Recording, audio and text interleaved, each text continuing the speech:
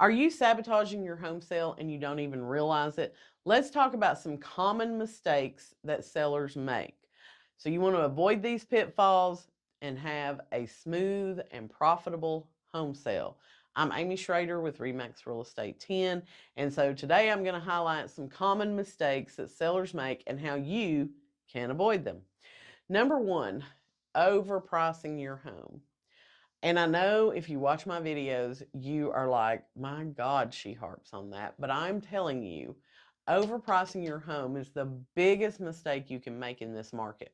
If you go back and listen to some market updates that I've done, where we talk about what the average sales price is, what the average days on market is, and what the number of price changes and how much those price changes are, then maybe it'll click a little bit better for you. But overpricing your home is the biggest mistake you can make right now, because the longer your home sits on the market right now, buyers think there's something wrong with it. If you're on the market more than about 3 to 4 weeks and you don't go under contract, buyers think, oh, that must be a problem house. And you're going to have to significantly reduce that price in order to reattract buyers to come in and look at your home. The second thing is neglecting minor repairs. If you know that you've got burnout light bulbs throughout the house, replace them. Put new light bulbs in. That's something I tell my sellers before we get the photographer out there. Make sure all your lights work, because he's going to need that lighting for the photos. But when a buyer comes through, if they can't flip the switch and make the light come on, then that's going to make them think, what else have they not been taken care of?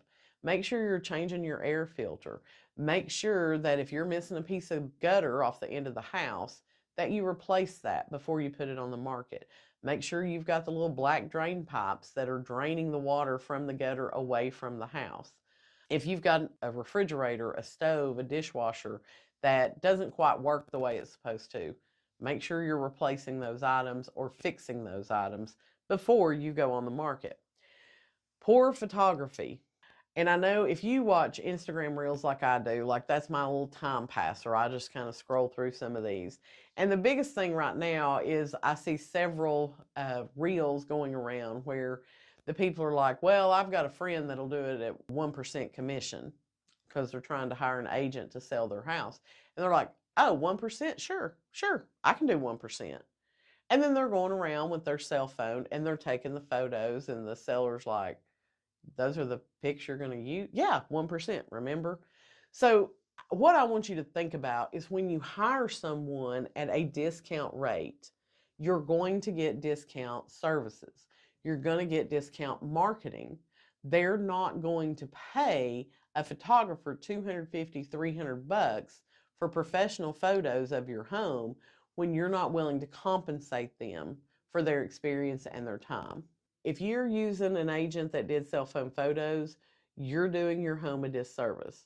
And I have plenty of examples on my website of homes that an agent used a cell phone on and then the home didn't sell.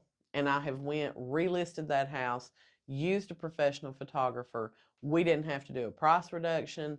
We got that home sold much quicker for them because of the professional photography. So don't make the mistake of hiring an agent that uses cell phone photos, because your home is not going to sell, or you're going to have to sell it at a majorly reduced price.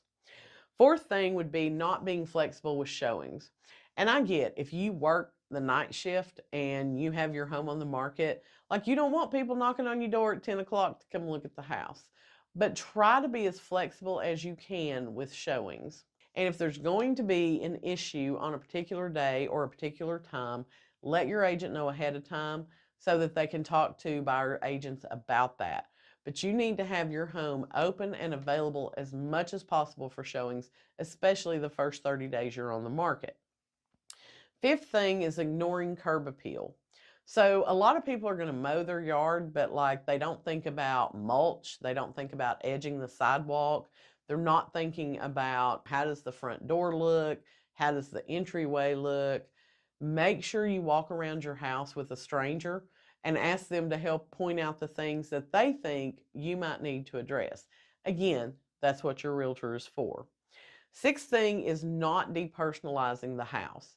That's a huge mistake that sellers make. They are like, well, I still live here. This is my stuff. This is what I like. But you're going to turn some buyers off. If you have a lot of political things standing out in your home, yeah, I'm going to probably suggest you take that stuff down, because there's a 50-50 shot that the person coming through your home doesn't align with your political beliefs.